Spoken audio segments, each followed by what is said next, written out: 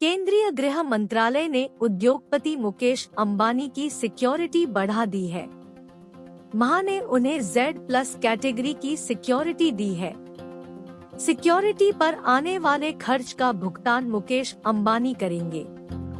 यह खर्च 40 से 45 लाख रुपए महीना होगा। इससे पहले उन्हें Z कैटेगरी की सिक्योरिटी मिली हुई थी।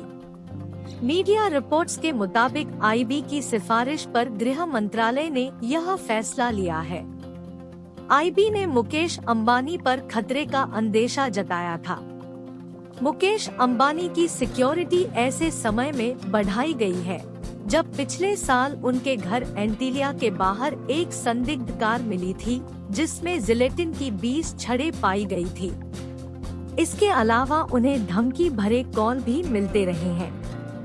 रिपोर्ट्स के मुताबिक कई दिनों से अंबानी की सिक्योरिटी बढ़ाने को लेकर केंद्र सरकार विचार कर रही थी।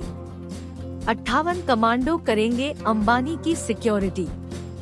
CRPF के करीब 58 कमांडो मुकेश अंबानी और उनके परिवार की सिक्योरिटी में 24 घंटे तैनात रहेंगे।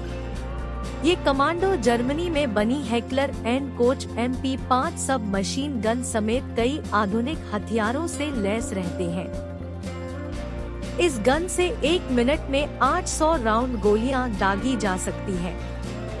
बता दें कि Z+ सिक्योरिटी भारत में विप की सबसे हाई लेवल की सुरक्षा है।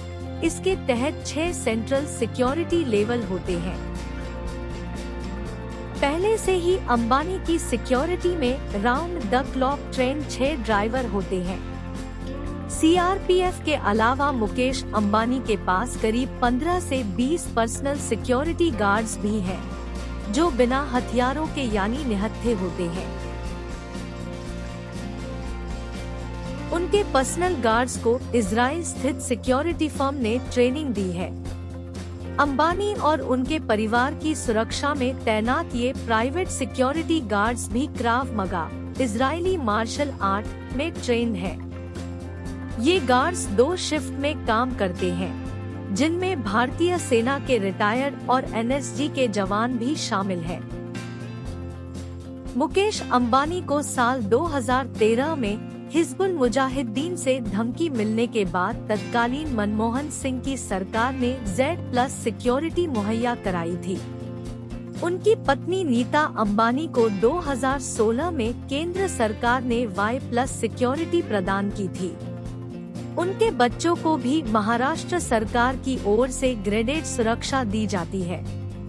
हालांकि बाद में मुकेश अंबानी से Z+ सुरक्षा छीन ली गई थी। बिजनेसमैन मुकेश अंबानी की Z सिक्योरिटी के खिलाफ विकास साहा नाम के शख्स ने त्रिपुरा हाई कोर्ट में 29 जून को एक याचिका दायर की थी।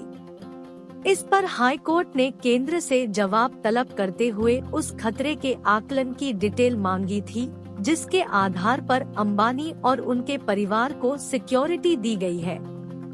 इससे नाराज केंद्र सरकार ने सुप्रीम कोर्ट का दरवाजा खटखटाया था। कोर्ट में केंद्र सरकार की तरफ से कहा गया कि किसी परिवार को दी गई सिक्योरिटी जनहित का मुद्दा नहीं है और अंबानी की सिक्योरिटी का त्रिपुरा से कोई लेना देना भी नहीं है। जिसके बाद केंद्र सरकार को त्रिपुरा हाई कोर्ट से जारी निर्देश पर सुप्रीम कोर्ट ने 22 जुलाई को स्टे लगा दिया था।